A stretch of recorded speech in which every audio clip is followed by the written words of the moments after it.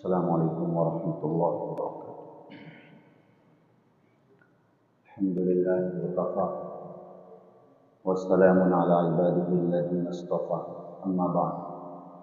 اعوذ باللہ من الشیطان الرجیم، بسم اللہ الرحمن الرحیم۔ فلا وربک لا یؤمنون حتی یحکموک فیما شجر بینہم ثم لا یجدوا فی انفسہم حرجا مما قضیت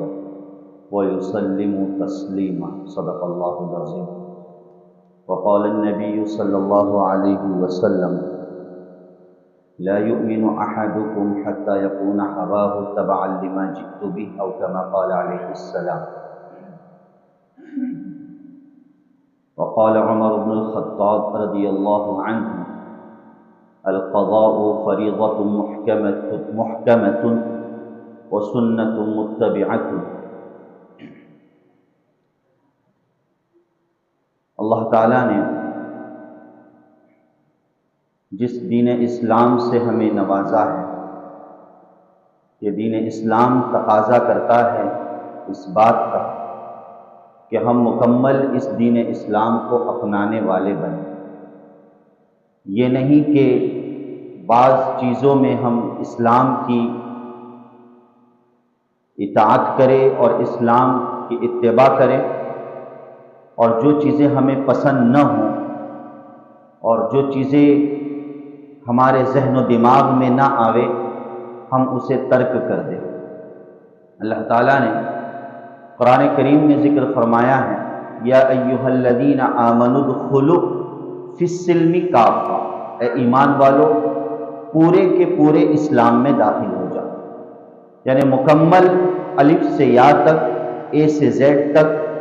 ساری باتوں کو اسلام کی قبول کر لو۔ یہی اصل ایک مسلمان کی اور یہی اصل ایک ایمان والے کی پہچان ہے۔ انسان زندگی میں ایک ساتھ جو رہتا ہے، بہت سے اس کو مسائل پیش آتے ہیں، کچھ تنازعات، کچھ اختلافات، کچھ انتشار۔ اپنے انتشار کا حل، اپنے تنازعات کا حل اور اپنے جھگڑوں کا حل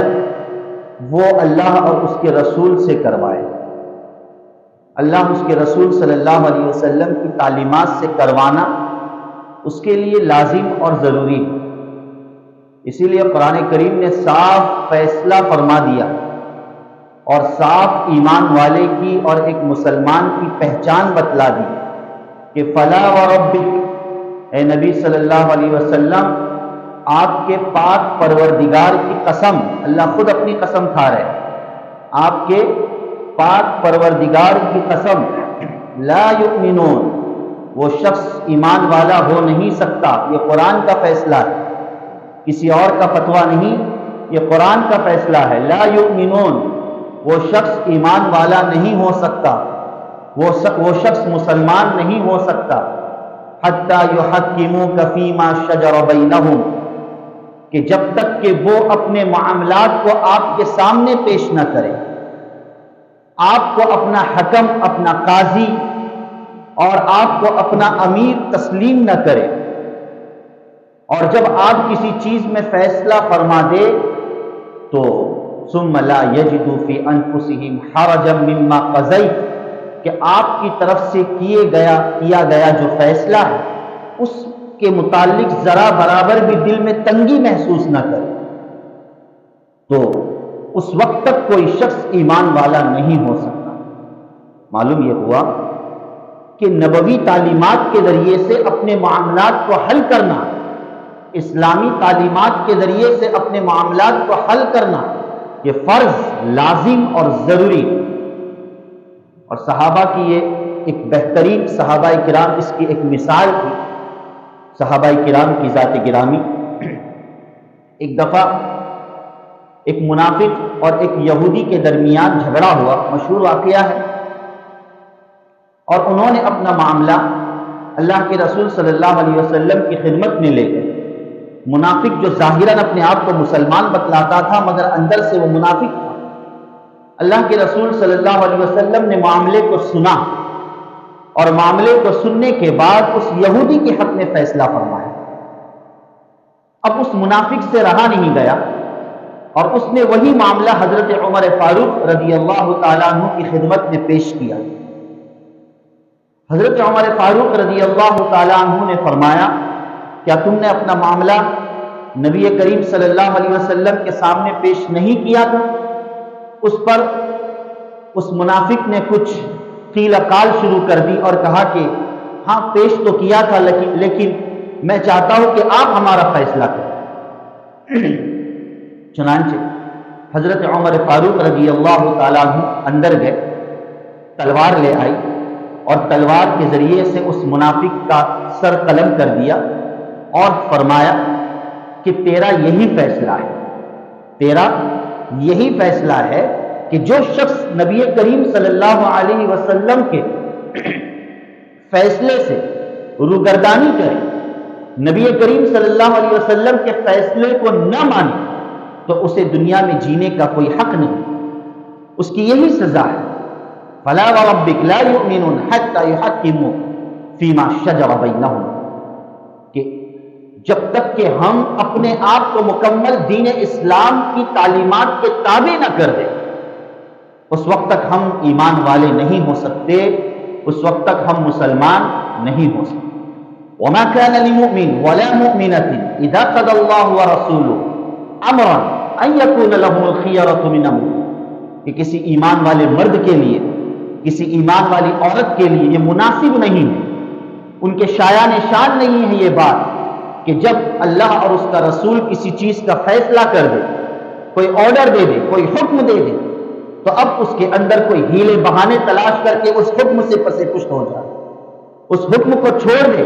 کہ ایمان والے کی شان ہرگز نہیں۔ اس لیے ہم اپنے معاملات کو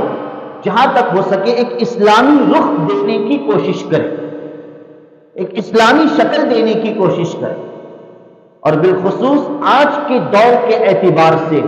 جو دور یقیناً ایک فتنوں کا دور ہے، اور بالخصوص جس جگہ پر ہم رہ رہے ہیں، جس ملک میں ہم رہ رہے ہیں، اس ملک میں بہت سی اسلام مخالف جو آوازیں اٹھائی جا رہی ہیں، چاہے وہ یکساں سول کوڈ کے نام سے ہو یا کسی اور شکل میں ہو، جہاں پورے ملک کے رہواسیوں کو اور پورے ملک کے رہنے والوں کو ایک دھرم میں، ایک مذہب میں اور ایک قانون میں پیرونے کی کوشش کی جا رہی ہے کہ ایک ہی قانون اس ملک میں چلے گا، ایک ہی دھرم اس ملک میں چلے گا، ایک ہی مذہب اس ملک میں چلے گا۔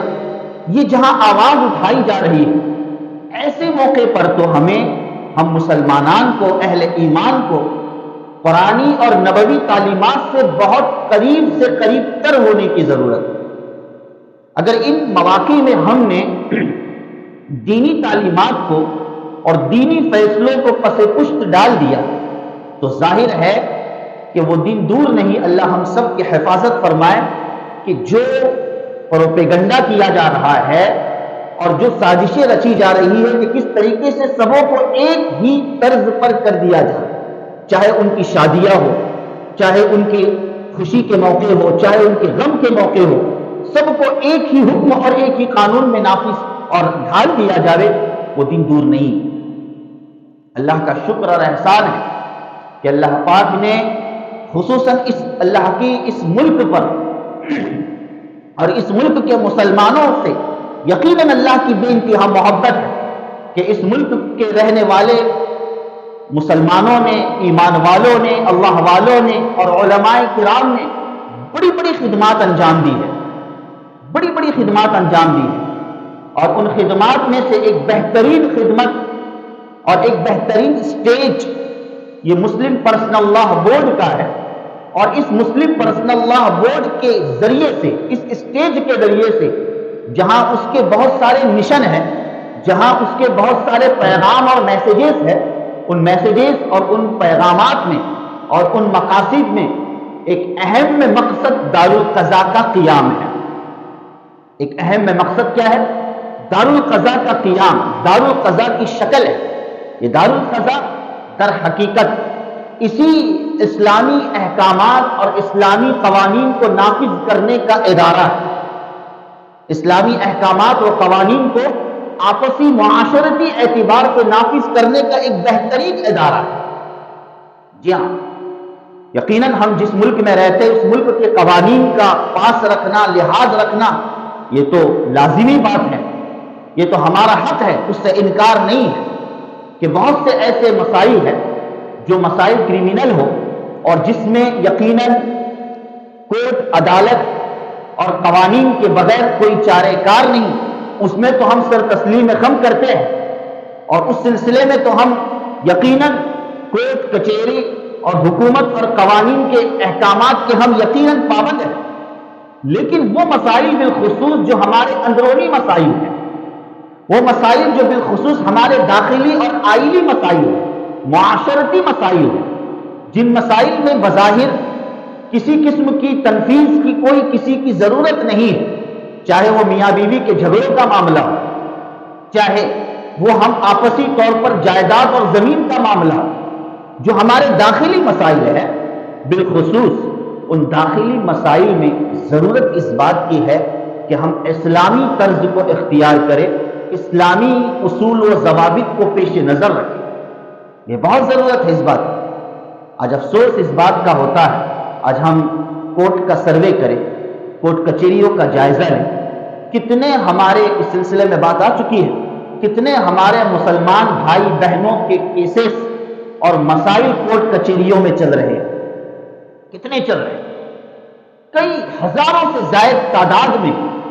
کورٹ کچہریوں میں ہمارے مسلمان بھائی اور بہنوں کے کیسز چل رہے ہیں،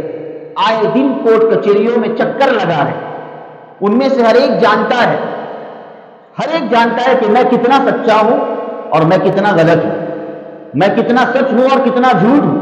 میرے پاس کیا سچائی ہے اور کیا غلطی ہے، ہر ایک جانتا ہے، مگر دل میں شیطان چونکہ بھرا ہوتا ہے، دل میں ابلیس بھرا ہوتا ہے کہ سامنے والے کو ہرانا مقصود ہوتا ہے، سامنے والے کو نیچے دکھلانا مقصود ہوتا ہے، جو ایک ابلیسی صفت ہے، ایک شیطانی صفت ہے، اور اسی صفت اور اسی جذبے کی وجہ سے وہ اپنی زندگی کو تباہ کر دیتا ہے، اپنی زندگی کو برباد کر دیتا ہے، اپنا مال و متاع اس کے پیچھے لگا دیتا ہے، مگر پھر بھی وہ خاموش نہیں رہتا، زندگیاں ختم ہو جاتی ہے، نسلیں در نسلیں آتی ہے، مگر اس سے فیصلہ نہیں ملتا۔ معاذ اللہ ثم معاذ اللہ، اس سلسلے میں موجودہ حکومتوں کے قوانین اور موجودہ حکومتوں کی جو کورٹ کچہریاں ہیں ان کے نقص کو میں پیش نہیں کر رہا، خود ان کے اوپر اتنے مسائل ہیں، ہمارے کورٹ میں، ہمارے اس ملک کے کورٹ میں ایسے بڑے بڑے مسائل ہیں اور ایسے لاکھوں کیسز پینڈنگ میں پڑے ہوئے ہیں کہ خود وقت کے جج بھی اس بات کا تقاضا کرتے ہیں کہ ہر ایک اپنے آئینی مسائل کو اپنے مذہب اور اپنے جماعتوں کے اعتبار سے حل کر لے تو بآسانی۔ یہ خود اس سلسلے میں ان کی پیشکش ہے، وہ خود چاہتے ہیں کہ اگر مسلمان ہیں تو مسلمان وہ پہلے پوچھتے ہیں کہ بھئی کیا تم نے اپنے دھرم اور مذہب کے اعتبار سے اور اپنے کلچر کے اعتبار سے اس مسئلے کو حل کرنے کی کوشش کی؟ اگر نہیں کی ہے تو پہلے آپ ان کے پاس جائیے گا، آپ ان سے رجوع ہو جائیے گا، ان سے مسائل کو حل کیجئے گا، اور اگر معاملہ بہت زیادہ آگے بڑھ رہا ہے تو پھر کورٹ کچہری موجود ہے۔ یہ خود ان لوگوں کا تقاضا ہے، لیکن افسوس کہ ہم ایمان والے، قرآن پر ہمارا ایمان، اللہ پر ہمارا ایمان، رسول پر ہمارا ایمان، مگر ان معاملات میں ہم ذرا برابر بھی اپنے آپ کو پیچھے لینے کی ہرگز کوشش نہیں کرتے، ہم بس دوسروں کو شکست دلانے کی خاطر، دوسروں کو نقصان پہنچانے کی خاطر کورٹ کچہریوں کا راستہ اختیار کرتے ہیں۔ وہ بہت سے مسائل ہیں جن مسائل میں بآسانی اب دیکھو کہ ہمارے سامنے مسائل آتے رہتے، 8-8 10-10 سال، 12-12 15-15 سال بس ایک ہی مدعا ہے اختلاف اور انتشار کا، وہ کورٹ کچہریوں میں چل رہا ہے۔ وہ چھوٹے بچے جو جوان ہو چکے ہیں، ماں باپ کی جو بچے ہیں وہ جوان ہو چکے ہیں، اور ان ماں باپ کی کیسز اب تک کورٹ کچہریوں میں چل رہی ہیں۔ یہ کیا ہے؟ فَلَا وَرَبِّكَ لَا يُؤْمِنُونَ حَتَّى يُحَكِّمُوكَ أَفَغَيْرَ اللَّهِ أَبْتَغِي حَكَمًا، کیا تم اللہ کے علاوہ اور کسی کو اپنا حکم بناتے ہو؟ کیا تم اللہ کے علاوہ اور کسی کو اپنا فیصل بناتے ہو اور امید اس بات کی رکھتے ہو کہ اس سے مجھے رہنمائی ملے، امید اس بات کی رکھتے ہو کہ اس سے مجھے خیر ملے؟ ہرگز اللہ اور اس کے رسول کی تعلیمات کے علاوہ تمہیں خیر نہیں مل سکتی۔ اگر تم زندگی میں سکون چاہتے ہو، اگر تم زندگی میں خیر چاہتے ہو تو تمہیں اسلامی تعلیمات کو قبول کرنا لازم اور ضروری ہے، اس کے بغیر چارہ کار نہیں۔ یہ دارالقضاء کا قیام اسی مقصد کو پورا کرنے کے لیے بنایا گیا، اسی مقصد کو پورا کرنے کے لیے رکھا گیا کہ بھئی سادگی کے انداز میں قرآن اور حدیث کی روشنی میں اسلامی طرز پر جتنے بھی دارالقضاء ہے وہاں پر اس قسم کے فیصلے اور معاملات کو سنا جاتا ہے، اور بنیادی اصول ہے۔ اللہ کے رسول صلی اللہ علیہ وسلم کا فرمان مبارک حضرت علی رضی اللہ تعالیٰ عنہ کو نصیحت، جو ترمذی شریف میں روایت موجود ہے، نبی کریم صلی اللہ علیہ وسلم نے حضرت علی کرم اللہ وجہ کو نصیحت فرمائی۔ حضرت علی اپنے وقت کے بہت بڑے قاضی وقت تھے، وَأَقْضَاهُمْ علی، کہ سب سے بہترین فیصلہ کرنے والے کون تھے؟ حضرت علی رضی اللہ تعالیٰ عنہ تھے۔ تو نصیحت فرمائی ہے نبی کریم صلی اللہ علیہ وسلم نے کہ اے علی، تم اس وقت تک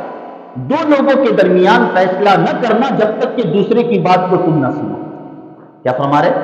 اس وقت تک دو لوگوں کے درمیان اور کسی معاملے میں تم فیصلہ نہ کرنا جب تک کہ تم دوسرے کی بات کو نہ سنو۔ تو یہ اسلام کا بنیادی حکم ہے۔ عدل و انصاف کا ایک بنیادی ستون ہے کہ جب تک دوسرے کی بات کو سنا نہ جائے، بات کا فیصلہ نہ کیا جائے۔ دارالقضاء میں بھی یہی ہوتا ہے۔ آنے والا فریق اول اپنی پوری گزشت اور پوری زندگی کے بارے میں ساری چیزیں سنا دیتا ہے، چاہے وہ خون کے آنسو رو کر سنائیں، لیکن بہرحال دارالقضاء اس بات کا مکلف ہرگز نہیں ہے کہ آپ کے آنسو کو دیکھ کر فیصلہ کیا جائے، آپ کی باتوں کو سن کر یک طرفہ فیصلہ کیا جائے۔ دارالقضاء اس کا پابند نہیں ہے، بلکہ دارالقضاء تو اسلامی اصول کا پابند ہے کہ ٹھیک ہے، آپ نے اپنی بات پیش کی، اب سامنے والے کو بلائیے گا، سامنے والا بھی اسی بات کا حقدار ہے کہ وہ اپنی بات کو مکمل طور پر کیا کر سکتا ہے، پیش کر سکتا ہے۔ یقیناً جب جانبین اور فریقین کو مکمل طور پر بولنے کی آزادی دی جاوے گی تو اس صورت میں بات اور معاملہ کسی حد تک صحیح نہج تک پہنچ سکتا ہے، اور معاملہ صلح اور آپسی اسلامی اعتبار سے ان کی کاؤنسلنگ کسی نہ کسی درجے میں کی جا سکتی ہے۔ اور پھر دوسرا فائدہ یہ ہے، ایک تو اسلامی طریق پر ان کے فیصلوں کو سننا اور اسلامی طریقے پر فیصلہ کرنا ان کے معاملات میں، اسی طریقے سے کم سے کم وقت میں، کہ ظاہر ہے کہ زندگی ہے، زندگی میں ہمیں کچھ ڈیسیزن لینے، کچھ فیصلے لینے، کچھ ہمیں آگے چل کر کسی چیز کو انجام دینا ہے۔ اگر لڑکی کا معاملہ ہے تو لڑکی اپنے بارے میں سوچ سکتی ہے، لڑکے کا معاملہ ہے تو لڑکا اپنے بارے میں کچھ سوچ سکتا ہے۔ تو کم وقت میں جہاں سے جتنا ہو سکے ان کے معاملات کو حل کرنے کی کوشش کی جاتی ہے۔ اسی طریقے سے ان کا جو سرمایہ ہے، اس سرمایہ کو بچانے کی فکر اور کوشش کی جاتی ہے کہ جہاں تک ہو سکے اپنا سرمایہ اور اپنا مال یہاں وہاں ضائع نہ کرے۔ آج ہم دیکھتے ہیں حالات کیا ہے، کتنے پیسے ضائع کر جاتے ہیں ایک کیس کے پیچھے، ایک معاملے کے پیچھے، کس قدر اپنے مال و متاع کو ہم ختم کر رہے ہیں، لیکن پھر بھی اس سے باز نہیں آتے، بس جانتے ہیں کہ بھئی یقیناً چٹکیوں میں چند دنوں میں یہاں پر معاملہ حل ہو سکتا ہے دارالقضاء میں، لیکن پھر بھی بدلے کی جو آگ ہوتی ہے، انتقام اور جذبے کی جو آگ ہوتی ہے، وہ انہیں اسلامی مراکز کی طرف رجوع کرنے کی طرف آمادہ نہیں کرتا۔ بڑی غلط بات ہے۔ ہمیں چاہیے کہ ہم وقت کے جتنے دارالقضاء ہے اس کی اہمیت کو ہم سمجھیں، اور صرف معاملہ دارالقضاء کا نہیں ہے، یہ تو بہت آگے کی بات ہے۔ جیسے میں بارہا کہتا ہوں، اللہ کے فضل و کرم سے ہر مسجد کا ایک اپنا دارالقضاء ہے۔ ہمارے کوکن کے رواج کے حساب سے ہر جماعت کا ایک اپنا دارالقضاء ہے، ہر مسجد کا ایک اپنا دارالقضاء ہے۔ ہماری جماعت المسلمین ایک اللہ تعالیٰ کی ایک بہت بڑی نعمت اللہ نے ہمیں یہ جماعت کی شکل میں دی ہے، تو اس حیثیت سے ہر ایک کا اپنا دارالقضاء ہے۔ ہاں، ہر ایک اپنے طور پہ اسلامی طرز پر فیصلہ کر سکتا ہے، مگر یاد رکھیے گا نام کیا دیے ہم نے؟ جماعت المسلمین، مسلمانوں کی جماعت۔ اس کا ترجمہ تو یہی ہوا نا، جماعت المسلمین، مسلمانوں کی جماعت۔ تو اب اس جماعت المسلمین سے فیصلے کون سے ہو گئے؟ وہی فیصلے ہوگی جو اللہ اس کے رسول کو راضی کرنے والے، تب تو یہ جماعت المسلمین ہے۔ اور اگر نام جماعت المسلمین ہے اور فیصلے وہ ہو جس سے اللہ اور اس کا رسول ناراض ہوتا ہو، تو پھر یہ جماعت المسلمین کہلانے کی مستحق نہیں ہے، یہ جماعت المسلمین کہلانے کی مستحق نہیں۔ بہت سے مسائل اللہ کے فضل و کرم سے ہم جماعت المسلمین بہت ساری چیزوں میں فیصلے کرتے ہیں۔ کسی کا کوئی بھی معاملہ آیا، کوئی بھی مدعا آیا، تو پہلے جماعت کے لیول پر بیٹھا جاتا ہے، اور بیٹھنا چاہیے، بہت اچھی چیز اور بہت اچھی شکل ہے، لیکن خدا را اس میں فیصلے اسلامی طرز اور اسلامی اصول پر، اسلامی طرز اور اسلامی اصول، غلط فیصلے اس میں نہ کیے جائیں۔ ایک مرتبہ اس طرح کی بات سامنے آئی کہ بھائی جماعت نے آپس میں، بہت سی، ایک ہی مرتبہ نہیں، بہت سی مرتبہ ایسا ہوتا ہے کہ بھائی میاں بیوی کا معاملہ تھا، میاں بیوی کے معاملے میں بات طلاق تک پہنچ گئی، اب جماعت نے طلاق نامہ بنا دیا، اب جماعت نے کیا کر دیا، طلاق نامہ بنا دیا، ڈیورس پیپر بنا دیا، اور اس طلاق نامے میں 3 طلاقیں لکھ دی۔ جیسے لوگ اکثر یہی سمجھتے کہ بھائی 3 طلاق سے ہی طلاق ہوتی ہے، تو طلاق طلاق طلاق، اس طرح 3 طلاقیں لکھ دی، لڑکے نے اس پہ دستخط کر دی، لڑکی نے اس پہ دستخط کر دی، بن گیا طلاق نامہ۔ نعوذ باللہ من ذالک، آپ نے ایسا کام کیا جس سے اللہ اور اس کا رسول ناراض ہو گئے، اس لیے کہ 3 طلاق دینے سے اللہ اور اس کا رسول ناراض ہوتا ہے، یہ اسلامی طرز اور اسلامی اصول کے خلاف ہے 3 طلاقیں دلوانا۔ آپ کو پہلے معلوم کرنا چاہیے تھا کہ اگر طلاق دلوانے کی نوبت ہی آ رہی ہے تو اس کا اسلامی اصول کیا ہے۔ اس کے لیے بہتر یہ ہے کہ ہر مسجد اور ہر جماعت المسلمین جب اس قسم کے معاملات ہو تو کم سے کم ایسی صورت میں اپنے مسجد کے امام صاحب کو اس کے اندر انوالو کریں، اپنے مسجد کے، چونکہ وہ صاحب شریعت ہے، عالم دین ہوگا، حافظ ہوگا، کچھ نہ کچھ معلومات ہوگی، تو اسے اس کے اندر انوالو کریں۔ اگر اسے وہ نہیں چیزیں آتی ہے تو کم سے کم علاقے کے کوئی علماء کرام کو جو اس معاملے کو جانتے ہو، ان کو ایسے مسائل میں انوالو کیا جائے کہ بھئی اس معاملے کو حل کرنا ہے، تو اب ایسی صورت میں کیا کیا جائے۔ یہ بہت ساری چیزیں ہیں۔ ہم اس ملک میں، جو ملک بہت سارے مذاہب کو لے کر یہ ملک ہے، تو اس ملک میں بھی ہم کسی اسلامی حکومت کا انتظار کرتے نہ بیٹھے، ہم ظاہر بات ہے کہ دل سے ایمان قبول کرنے والے ہیں۔ بعض لوگ یہ سوال کرتے ہیں، اس سلسلے میں مولانا عتیق احمد بستوی صاحب نے بہترین اس کا جواب دیا ہے۔ یہ سوال کرتے ہیں کہ دارالقضاء کو کیا پاور ہے؟ دارالقضاء کے پاس نہ پولیس ہے، نہ اس کے پاس کوئی پاور ہے، نہ کوئی اتھارٹی ہے، تو دارالقضاء کیا کر سکتا ہے آج کے دور میں اس ملک میں؟ کیا کر سکتا ہے؟ اس کو کون سا پاور حاصل؟ مولانا نے بہت بہترین، بہت ہی سادہ سیدھا جواب دیا کہ دارالقضاء کے پاس پاور، سب سے بڑا پاور یہ ہے مسلمانوں کا ایمان۔ دارالقضاء کے پاس سب سے بڑا پاور ہے مسلمانوں کا یقین۔ آپ کا یقین، آپ کا ایمان، یہ دارالقضاء کی سب سے بڑی طاقت ہے۔ ظاہر ہے کہ جس کا جیسا ایمان مضبوط اور یقین مضبوط ہوگا تو اب اسے کسی پولیس کی اور کسی اور چیزوں کی ضرورت ہی نہیں۔ اس نے دل سے اس معاملے کو مان لیا ہے، اس نے اس فیصلے کو دل سے تسلیم کر لیا ہے، لہٰذا اب اسے کسی چیز کی ضرورت محسوس نہیں ہوتی۔ تو ضرورت ہے کہ اپنے جو اختلافی مسائل ہیں، چاہے وہ میاں بیوی سے متعلق ہو یا یہ کہ پراپرٹیز، آج پراپرٹیز کا بھی جو معاملہ ہے، اللہ معاف فرمائے، لوگ یہ سمجھتے ہیں کہ دارالقضاء میں صرف کیا ہے، اختلافی میاں بیوی کے تعلق سے معاملات آتے ہیں، اسی کو حل کیا جاتا ہے، ایسا نہیں، بلکہ پراپرٹیز کے معاملے کو بھی ایک کانسلنگ کی حد تک اسے باقاعدہ لیگلی طور پہ حکومتی پیمانے پر دارالقضاء اس کا اہلکار نہیں ہے، بہرحال اس کا ذمہ دار نہیں ہے، لیکن معاملات کو معلوم کرنا چاہیے، کس کی زمین کس کے نام پر، کیا ہے کیا نہیں۔ اب یہ کہ بس اس پر جھگڑے اور اس پر انتشار، اس پہ اختلاف، بھائی 2 بھائی 4 بھائی چچازاد بھائی آپس میں بیٹھے، آئے معاملے کو سنے کہ بھئی میرا شریعت کے اعتبار سے کتنا حق بنتا ہے، میری بہن کا کتنا حق بنتا ہے، مجھے حق دینا چاہیے کہ نہیں دینا چاہیے، ملنا چاہیے کہ نہیں ملنا چاہیے۔ بعض لوگ، معاف کیجیے گا وقت ہو گیا 2 منٹ لیتا ہوں، پراپرٹیز کے تعلق سے ایسے شارٹ سوال کرتے ہیں، بھئی یہ ہے، یہ رشتہ دار، ہم جب پوچھنے جاتے ہیں بھئی اس کی ماں ہے کہ نہیں وہ سب رہنے دو، میں جتنا بول رہا ہوں اتنے میں کتنی تقسیم ہوگی وہ بتاؤ، یہ کیا طریقہ ہے؟ نعوذ باللہ من ذالک۔ آپ کے بولنے سے ایسا نہیں ہوتا، ہم جو بتلانے والے وہ بھی اس کے ذمہ دار ہے، کل پکڑ ہو سکتی ہے، اس لیے ایسے معاملات کو علماء کرام سے رجوع کرنا چاہیے ایسے معاملات میں، اور بالخصوص جو آئینی اور داخلی مسائل ہیں، حتی الامکان جماعت المسلمین کے ذریعے سے اور دارالقضاء کے ذریعے سے ان مسائل کو حل کرنے کی کوشش کرنی چاہیے، تاکہ ہم کسی حد تک شریعت پر ایمان اور یقین رکھنے والے اور عمل کرنے والے بن سکے۔ اللہ تعالیٰ ایسی فضا ہم تمام کے لیے ہموار فرمائے، آمین یا رب العالمین۔ وآخر دعوانا الحمدللہ۔